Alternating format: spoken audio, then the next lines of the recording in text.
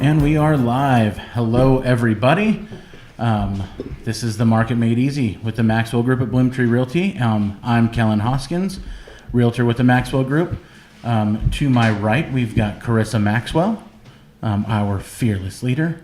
And in between us today, we have the one and only, the great and powerful, Jenny Browning from Bloomtree Rental Solutions. How are you today? I'm awesome. How about you? I'm doing just fine. Good. Carissa, how are you? I'm good. I'm excited you're here, Jenny. Thank It's you. awesome Thank to you see for having me. Yeah, thank you so much for joining us. And today we're going to talk about just the rental market in general. And we're also going to be discussing a little bit about renting versus buying, so you guys can make an informed decision. Really, that's what it comes down to is can we make an informed decision on what's right for us in any given season of life. So, Jenny, why don't you tell us a little bit about yourself? So I moved to the Prescott area in 2005, pretty much exactly 13 years ago with my children because the commute in California was insane and they were being raised by the school system and it just wasn't fair to them especially. So we looked into moving to a couple different areas and landed here, and I've loved it ever since. And I got into property management in 2007, got my real estate license in 2008, and I've been doing property management and real estate sales ever since then. Awesome. Yeah. I've also got a little bit of a background in property management, as does Carissa. My family, my grandmother owned a very large property management company for over 30 years here in the Prescott area, and I know Carissa also worked in that field as well. So it's definitely an interesting field to work in for sure. So let's just get right into it. Okay. What is your opinion or your view on the rental market right now? Obviously, I think you can speak locally to it, but even on a national level, I'm sure there's trends that you can kind of identify for us. Yeah, absolutely. The rental market is challenging. It's challenging for us as property managers because there's a lack of inventory for the amount of people needing housing in our area. A lot of people moving here from out of state, California, Colorado, places that heavily get snow. We're seeing a lot of migration from areas like that. And unfortunately, the prices, supply and demand have gone up because of the housing shortage we've had pretty close to 2 years now. So it's definitely affecting our workforce, our retirees, our folks and residents that are on fixed income because with the prices being driven up, they're being forced to take on roommates that they wouldn't normally do, or just completely move out of the area and somewhere more affordable for them.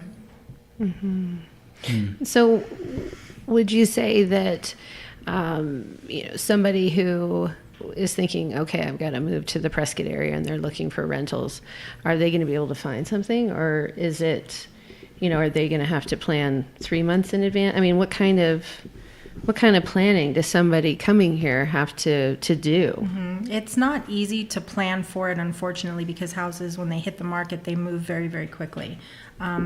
If they're in the price range of $1,800 and up, they sit on the market a little bit longer, so they might have an easier chance. But $1,500 and under, especially under the $1,000 mark, those are snatched up immediately. And you have to be quick, you have to be diligent, watching websites like realtor.com.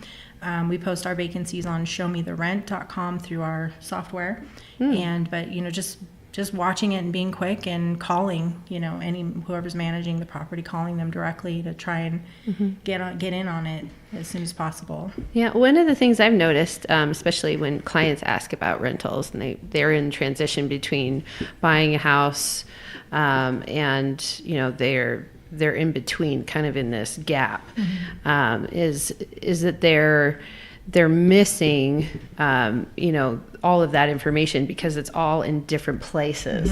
So there's not like one website where somebody can come and look at all of the rentals available in the Prescott area. It's website all over the place. Yeah. And is there something that they can do to kind of kind of try to, I mean, can they just call you and then you can kind of let them know whatever, do you know all of the different rentals in the area, or Not is that really a necessarily. problem that they can't really solve? Yeah, unfortunately, what's happening is that there's not one good website for that information. We have access to the MLS. That's really the best database, but not every management company puts their rentals in there. Very small percentage, and I think there's well over 20 management companies in the area right now. And like us, we use property management software, and our vacancies go out on over 30 different websites through our software. Rather than it taking 30 minutes roughly to put a listing in the MLS, it takes 1 second for us to syndicate our vacancies out to all those different websites. So obviously from a time perspective and running a business and staffing, it makes more sense to just use our software for marketing. But Realtor.com seems to be another really great website that has a majority of the rental listings. They do feed from the MLS, and they do update their information and their listings frequently. So they're not looking at old listings like the Z website, the Zillow website, where they make their money from people paying for ads and paying for leads. They leave the listings up longer. Interesting information. One question that I think I've had the most is, what are you seeing as the average rent for, kind of what we would consider on the sales side is kind of our bread and butter, a 15 to 1800 square foot, 3-bed, 2-bath in a decent neighborhood. What's that running right now? So I peeked at the MLS earlier today. There's 29 active listings ranging from, studios to 3-4 bedrooms. The average rent is $1,800 for the active listings on the market right now. That's $1 a square foot roughly. Okay, so that's a reasonable expectation if somebody is a property owner. I know a lot of folks try and go at it on their own. Yeah. At least for a time, but it's obviously it's a time-consuming job to manage a rental. Yes. So I would say that's a pretty good average. You can expect to get about $1 a square foot then. Yeah, I've seen that for pretty close to 2 years now. It's been roughly $1 a square foot. Okay. And what do they have to come up with in order to actually move in? I mean, our security deposits have really actually changed. I think some people might have different expectations of what they actually have to save in order to be ready to do that. Yeah. And, that comes into the conversation about whether they should rent or buy, because I think that they think that they're going to have to save less in order to, to get their security deposit. But they actually might even save that amount just to put down an FHA loan if you look at all of the possibilities with buying. Or even a 3% conventional loan, which a lot of the lenders out there are offering right now. Yeah, so the maximum security deposit allowed by law is 1.5 times the rent. So if you're looking at $1,000 rental, you need to have at least $1,500 ready to put down, and it should be fully refundable as long as you leave your properties neat, clean, and undamaged when you move out. You should get it all back. So it's basically you're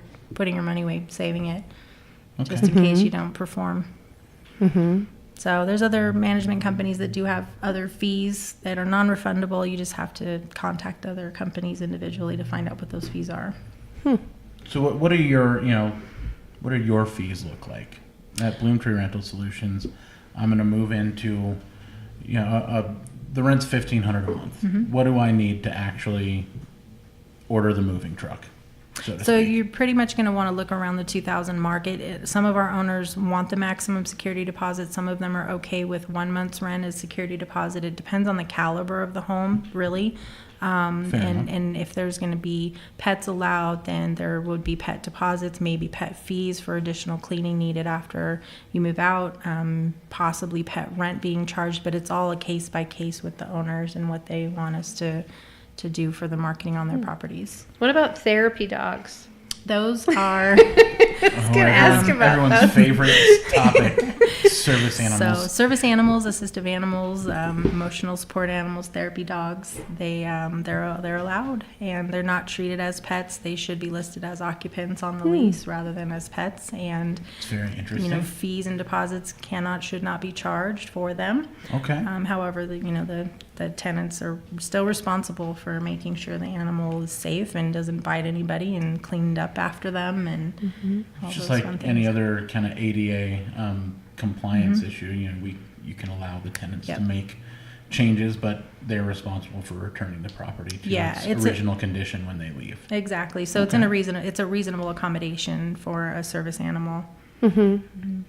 So are you taking any new clients? I mean, how many properties do you manage right now? So we've opened August 1st of 2016. So we've been open a little 26, 27 months now. We have 208 properties, doors that we manage.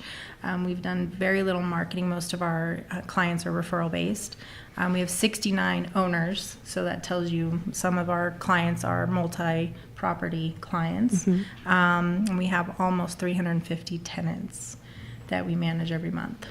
Wow, that's amazing. Yeah, 24/7 job. Oh, I imagine. I want to circle back really quick to the pet issue because I think it's probably the biggest complaint that I hear about rentals, especially in this area, is how few owners are permitting pets. Can you speak to that and just let's give the people just a real explanation for Okay. that. So I've been doing property management roughly 11 years, and I have seen some atrocious conditions aftermath of tenants with pets. I've also seen properties left absolutely immaculate where we've given back the non-refundable pet fees that we've charged. And, but we had one condo, dog was locked up all day, every day while the tenant worked, and easily half of the carpet had urine stains when we blacklit.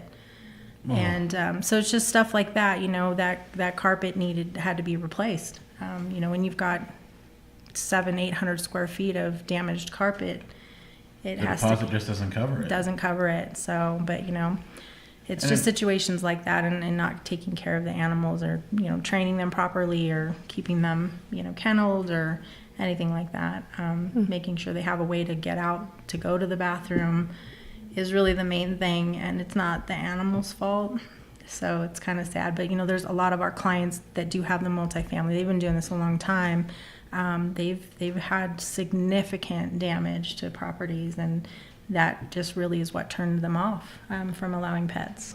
And I think as somebody who, again, I've worked and been around that industry for nearly my entire life. I've seen some things, and I think what people fail to understand is that these aren't just property owners who are just greedy jerks. They're trying to protect their investment. Exactly. And I know as an investor, there's always going to be some risk of loss. But come on, people.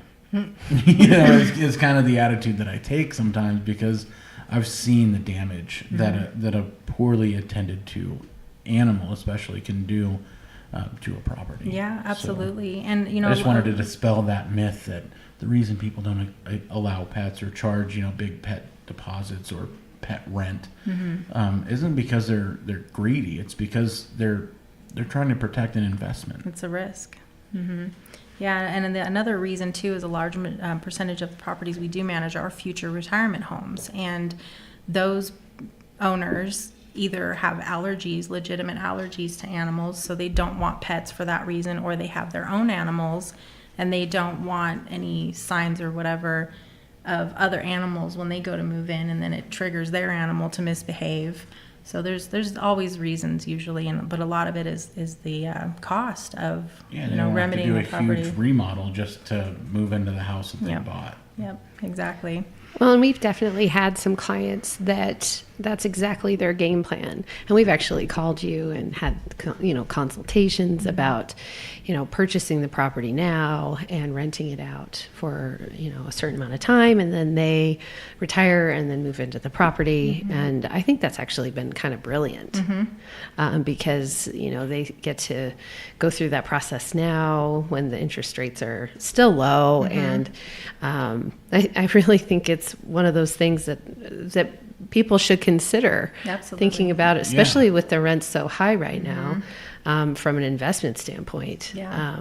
I think a lot of people should look into that for Yeah, sure. especially agree. if they're not looking to move into their home for a couple of years because they're waiting for retirement, and get a tenant in there and cover your expenses, your property taxes, your insurance, and know that someone's living there and taking care of the home. So if things happen, they don't have to winterize the property because there's someone in there living in it and taking care of it and making sure everything's okay. What about short-term rentals? Do you do those? Not at the moment. Okay. We do have a couple furnished properties that I think we have one basically that allows us for a 3-month lease. But for a majority of the other properties that we manage, it's at least a 6-month lease.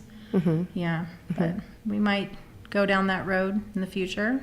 Yeah. Do you feel like, when you're looking at all the rentals in town, I mean, that seems like a huge thing right now. It seems like that's a huge part of our market. Yeah, new construction is booming right now.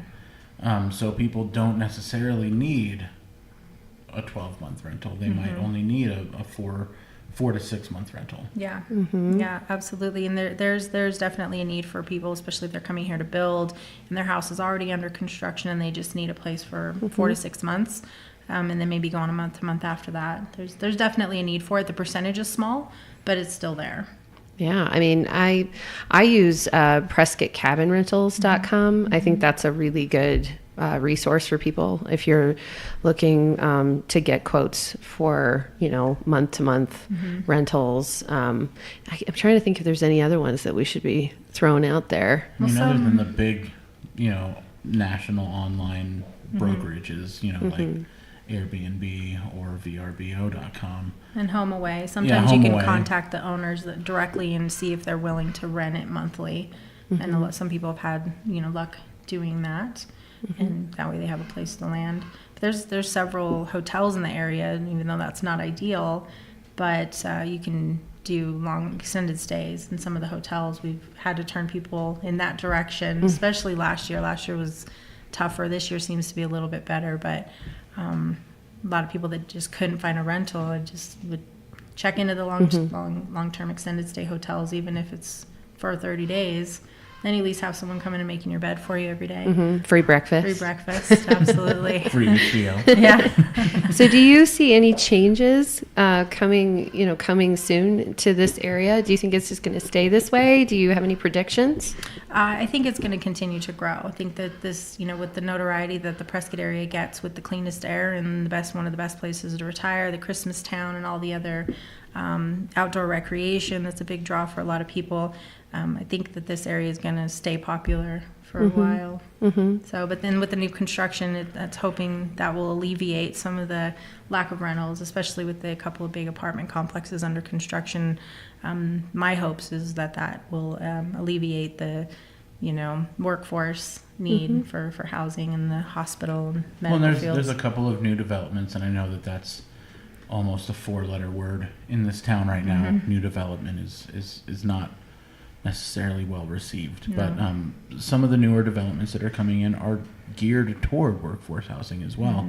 So not only is it a tremendous opportunity for someone who's looking to, like the scenario we were talking about earlier, where you're looking to maybe buy it now, rent it out for a year or two or more, and then move into it when you retire. Straight up investments, I think there's still some good opportunities there. But those should help to drive rent down because it will increase inventory. It should. And and I think in this conversation we'd be remiss to not talk about, sometimes it's just a better opportunity right now to buy. Interest rates are still low. We talked about this last week, but we'll talk about it again right now. Interest rates are still low. When I was a young lad in the early 80s, we're looking at interest rates nearly 18%. Yeah.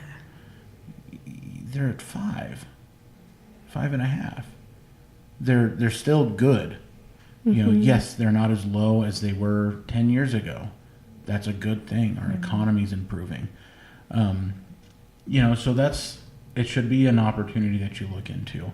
And one of the reasons that I love you so much is because you're willing to send people down that road. I just talked You to a know, tenant we've- yesterday. We issued a non-renewal for because the owner's looking to sell her place, and that was one of my first sentences. What have you spoken with a lender yet? Yeah. You know, you're going to live here for at least 5 more years. Your kids are in school here.